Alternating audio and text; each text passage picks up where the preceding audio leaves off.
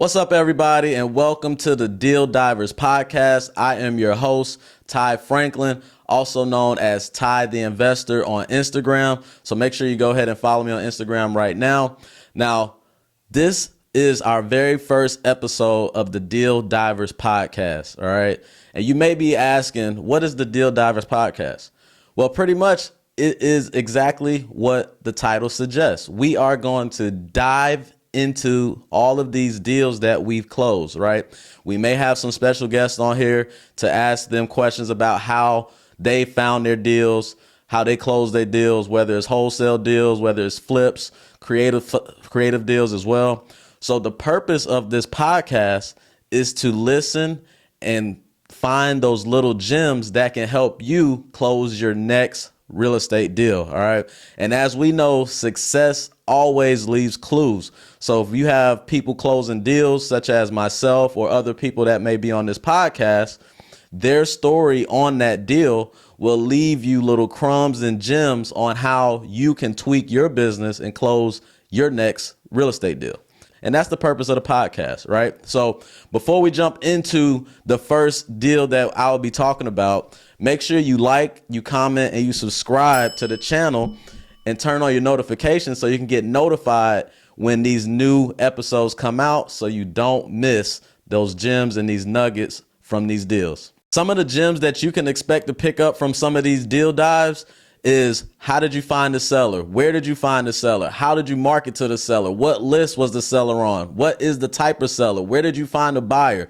What was the ARV? What was the rehab? What was your profit? What did you learn, right? So that is the importance of these deal dives, because in each deal, there's a story that translates to the success of that particular deal, right? And not two deals are the same. All deals are created differently, and there's a different route in which people attack these deals to make them be profitable and to close these deals. We're going to get started and jump into the first deal dive of the podcast. And this one in particular was a flip that we recently just closed. This is deal number 66 for us, all right? But this deal right here is not going to be about the glitz and the glory and the big profits, right? This deal actually was a loss. We actually took a loss on this deal. And there's plenty of lessons that you can learn from taking losses on deals. And if you do enough deals, you're going to eventually lose, right? It's just a matter of when, not if, but when you're going to lose.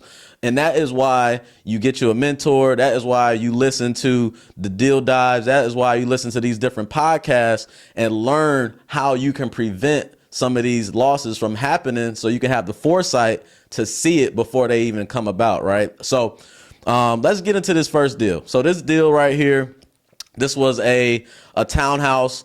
In this neighborhood in particular, this is the third townhouse that we have flipped in this particular neighborhood. It is actually connected to the first flip that we've done in this neighborhood, right? So it's the same property, is actually connected to it. Here's a picture of it right here.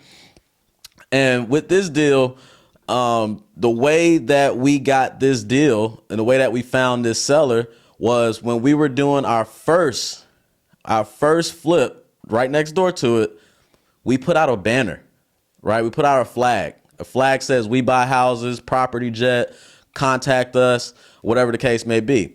So as we were working on that first flip right next door to the subject property, the seller saved that number. They took a picture of the banner, took a picture of the flag, whatever the case may be, and they called us. So he called us and said, "Hey, you know, I remember you guys working on this property next door. I see you guys are now working on another one down the street. I want to sell my property right now." So that was our marketing channel. It was just putting out a flag or a banner in front of the properties that we were rehabbing, that we were fixing. And we had people nearby. Actually, in this particular instance, we had the neighbor contact us off of that banner and that flag, right? Saying that he wanted to sell the property. So my partner, Mike, he went out to the property literally the next day. This was on a Saturday. He went to the property on Saturday and looked at the property, checked it out, and saw that it wasn't in bad shape at all. So this lead was added on March 24th, right? That's the day that he called in. That was on a Friday. We contracted him on Sunday because we went to go see the property on that Sunday, on Saturday, and then we contracted him on Sunday. And then we eventually closed this deal about 28 days later in March, in April 21st, we closed this deal. Our initial strategy when we purchased this deal was to flip it. And the reason why we wanted to flip it, because we know the neighborhood. We know that the properties in the area, they sell well in that particular neighborhood. There's no HOA with these townhomes. You can do whatever you want with the townhomes. So we understood that market. We understood that area. So our goal was to flip the property. Now, let's talk about the seller. So the seller, he wanted to sell the property initially because he was relocating back to Chicago. So whenever you're dealing with sellers or whatever the case may be, or anybody that wants to sell a house, it's very important to figure out that motivation or that reason why they want to sell that property, right? And if there's no legit motivation and no legit reason on why they want to sell the property, it might be a waste of time, and you might not be able to get the seller at a price that you need to get them at in order to make money, right? So understanding that motivation is very, very important. So him wanting to sell this house, which he was currently occupying, and him wanting to move to Chicago was a high motivation for us to be like, hey, this is something that's worth spending our time on, right? So we took that. So the lead type, like I said, he was owner occupied, high equity. That's the lead type, owner occupied, high equity. So now let's get into the numbers. I know you guys love the numbers. This is what's most important. You guys care about the numbers, but these numbers get very, very ugly as we go through them, okay? Because like I said before, this property, we actually took a loss on. Right. And it's OK to take losses sometimes as long as you learn from them and not make the same mistake again in the future. And that's exactly what happened on this deal. And we're going to go over the mistakes that we made on this deal in particular, so we know how to avoid them going forward. So the ARV on this property is $315,000. So if you fix up these houses, you renovate them, new floors, new paint, new kitchen, cabinets, countertops, roof, the whole nine, make it look real nice. Appliances, light fixtures, bathrooms, everything looks good. They can sell for $315,000, right? So we already know that's the ARV in this particular neighborhood if everything is updated and good, right? Now, we estimated on this particular property a rehab of $25,000. Like I said, this property didn't require much work. It just really needed a facelift. So we estimated $25,000 initially for the rehab on this property. And what that included was we wanted to get a new deck because the deck was falling apart. So we had to get a new deck. We accounted about $5,000 for the deck. Paint on the interior and the exterior of the house, right? So we accounted for about $12,000 for that, something like that, right? Then we wanted to get the HVAC fixed. So that was another $5,000, the HVAC unit. Then we wanted to update the floors in the bathrooms because the floors in the bathrooms were sinking in. So we replaced the floors. It had like the little peel and stick tile stuff. So we replaced the floors with laminate floors. We resurfaced the tubs and the showers to make them look clean, make them look new. We also accounted for drywall repair because there was a leak in the house. So it was drywall repair. We had to repair the drywall because the ceiling, there was a hole in the ceiling. So we repaired that. And then obviously cleaning for, cleaning around the house, demo, and then, carpet cleaning, things along those lines. So that and landscaping as well. So all of that stuff totaled up to about $25,000 is what we estimated, okay, on this rehab. Now, we purchased the property for $212,500, okay? So we negotiated with the seller. We actually got under contract at $210,000, but we had to cover the closing costs, so that put us at $212,500.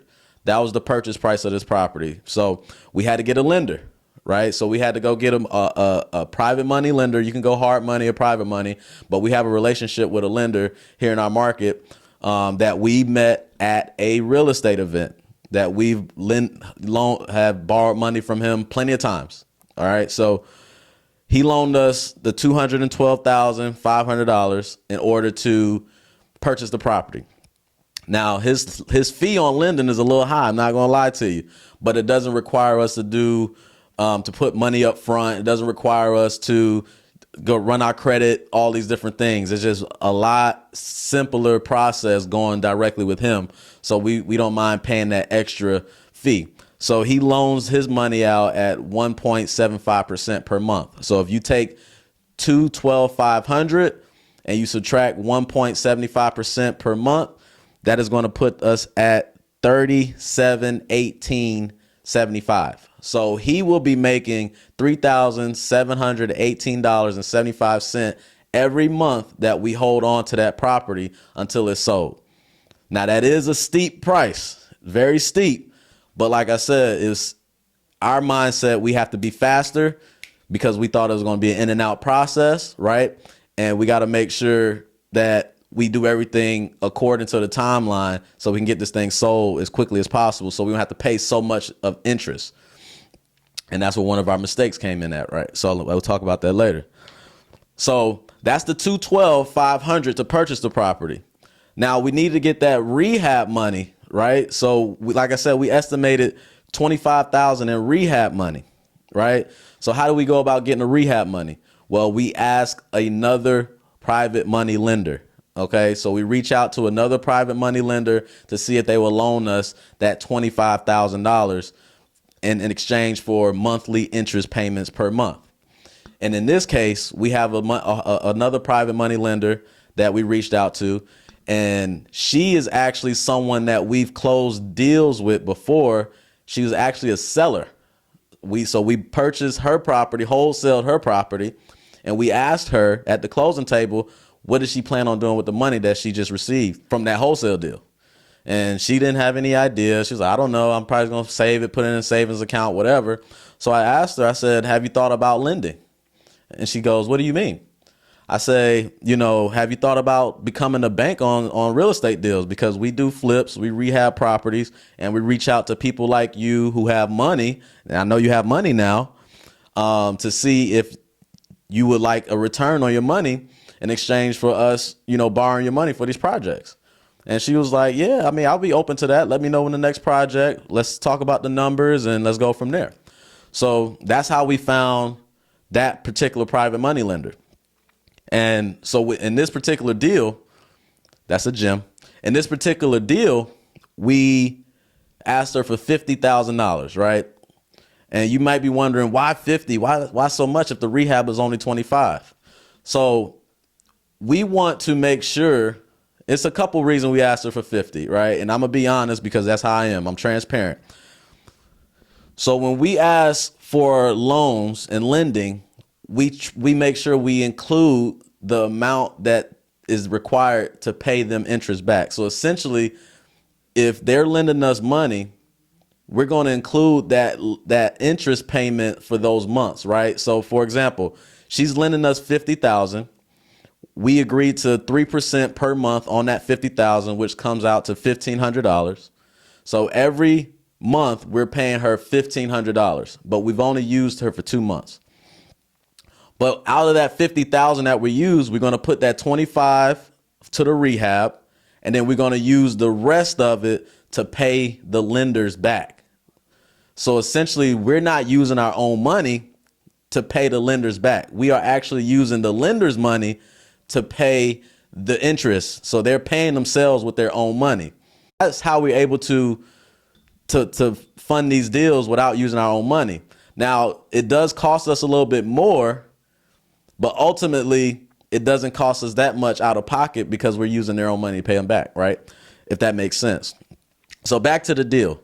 So for the first 2 months of this deal, I'm gonna be honest with you, this property just sat. We didn't do anything with it because we were working on another property, and it just sat. It just sat. So time is just ticking. Time is just ticking. As time's ticking, money is being spent, whether we're paying it or not. So we eventually started working on the property. We started a rehab. The rehab only took probably about 6 weeks, right? So it didn't even take that long to renovate the house or get it painted and all these different things and get it listed and everything else. So that's mistake number one. We took too long to get started with this particular deal. Now, we're going through the process of getting it listed and sold, right? So we put this property on the market, right? And it actually took us about 4.5 months from the time that we purchased it to the time that we actually sold it. So during that 4.5 months period, we paid $18.75 4 times, and then $1,500 twice, because we have to pay both lenders for them loaning the money. That's a lot of interest, right? And that obviously affects the bottom line and your net profits, your total net profits of the entire deal. And this is something that we made mistakes on, right? And this is something that we've learned and how to do and avoid going forward. So together, we have to consider what we have to pay back our lenders. So at the end of the day, when it's all said and done, your lenders have to get paid back, right? So the first lender has $212,500 that we owe him, and then our second lender has $50,000 that we owe her. So total, that's $262,500. So $262,500 is our total lien holder amount that we need to pay back to our lenders. All right. So that's the net number that we're looking at after the property is sold, after it's closed and everything else. Right. So let's get into the sale of the property. So we put the property on the market. It didn't take too long to list it. Didn't take too long to get a contract on it. We had multiple offers really quick. You know, that area is very highly sought after. Everybody likes the area. Good school system, the whole nine. No HOA. People love that. It's affordable. It's under, around 300,000, right? So it's affordable for this particular market.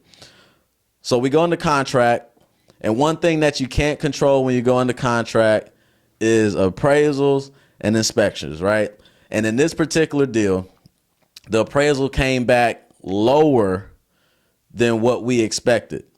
We didn't expect to sell this deal for $315 of the ARV because we didn't put that type of work into it. We put in easy, short, quick turnaround, lipstick type rehab, right? We listed it at $290 and we got an offer at $290. Okay. But once we listed at $290, we went through the whole process, inspection, appraisal. The appraisal came back at $280. So the appraisal shorted us $10,000. And this is how we lost money. Our appraisal shorted us $10,000. And the appraisal wasn't a good appraisal because the comps that they used in the appraisal wasn't even good, wasn't solid. They used a 2-bed, 2-bath house that sold for $260, and our property is a 4-bed, 3-bath house. So I don't understand how they use that. So we end up getting screwed. There's nothing really we can do. But we had to sell the property because interest is just being accrued every single day, and we have a payment coming up in the next couple of days, right, on the first of every month. So we want to make sure we get that interest paid off and get these loans paid off. So we just took the deal and we end up closing on the deal, right? We closed on the first. So the final numbers on that, we end up losing about $1,500. We had to bring $1,500 to the closing table in order to close that deal once it was all said and done. Because you take the $280, you subtract about 7% or so, a little bit over 7%, right? And the 7%, that includes the realtor commissions. That's 3% on each side. And then, a percent or so for closing costs and fees, right? For the attorney closing costs and fees. As a seller, you're going to be paying the buyer's agents realtor commissions as well. So it was about $14,000 in realtor commissions that we had to pay on top of some fees and things like that. So once you subtract that out, you get $260,400, right? Remember, our all-in cost to our lenders that we had to pay off was around $262,500. So we already in the negative on this deal once it was all said and done. And we just had to send the closing attorney $1,500 to close that deal. So there was a lot of lessons in this deal. I'll be honest with you. Like I said, one of the first ones I would say is make sure you get good contractors. Make sure you stay on your contractors. when I say get good contractors, I'm not talking about Joe Bob who has a van with a ladder on it. I'm talking about contractors that have licenses, they're certified, all these different things. Don't find a contractor on Facebook. Don't find somebody just driving around. Yeah, they may be cheap, but you get what you pay for, right? And what I mean by you get what you pay for is time. Time is money when it comes to flipping houses. So the longer that they take on getting these projects done, the more money that's coming out of your pocket. But that doesn't apply to them because all they care about is what you're paying them. They don't care about the interest and on the houses that you're paying and all that stuff, right? So they can take as long as they really want. So you have to be on top of them to make sure that they stick to their timeline. This rehab project should have only taken 3 weeks tops, but it took actually 6.5 weeks because of the contractor. The next lesson that I learned: start on the projects ASAP. Whenever you buy a flip, you need to be prepared to start on those flips as soon as possible. Like I said, time is money.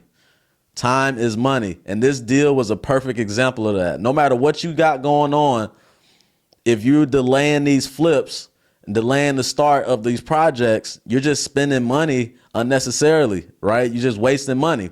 We could have had this deal done 2 months ago. But since we started on it late, this is what we had to do. And by starting on it late, it cost us about $8,000 in interest, right? So if we would have started on it on time, we wouldn't have had to worry about that. So the combination of us starting late and the contractors taking longer than expected, that cost us a lot of money. The last thing I learned on the deal is take accountability. You know what I mean? Like, if you screwed up, don't lash out on nobody else. Everybody else has a job that they're doing, but take accountability. Be more accountable to you, right? Be more accountable for your actions. Be more accountable on things that you let go, right? Because even though some things are out of your control, a lot of it is in your control, right? So be more accountable on all of your deals, whether you make a mistake or not. Hold yourself more accountable, take ownership of it, and move forward and just learn from it. And once you do all of that, some of these issues that you have can start to clear up and you won't deal with much BS like we dealt with on this particular deal. That's pretty much it with this first episode of the Deal Divers podcast. I hope that you were able to grab some gems, some nuggets, some value from this particular deal, some lessons that you can learn, some things that you can learn and you can apply in your day-to-day business so you can close your next deal. But like I said, we about to sign off, but make sure you like, you comment, you subscribe, and leave me your thoughts. I would like to get some of your feedback. If there's some things that I missed, if you have any questions about something, let me know. And also, if you're interested in coming on to an episode of the Deal Divers podcast, shoot me a message, send me a DM, let me know so we can make this thing happen, man. Until next time, keep hunting, keep closing those deals, and we'll see you next time. We out.